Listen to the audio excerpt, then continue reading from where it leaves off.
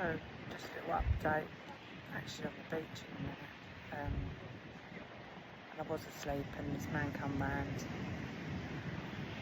saying, "Do we want waters?" And I was just, I could hear him, but I was asleep. I didn't know it really.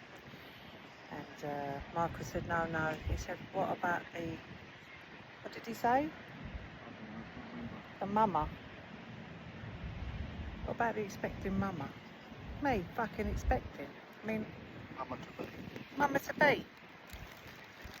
mean, I know I'm not the slimmest person, but fuck me. I'm not like that fat, cheeky cunt. Anyway, I'm like, I don't know, let's turn this round.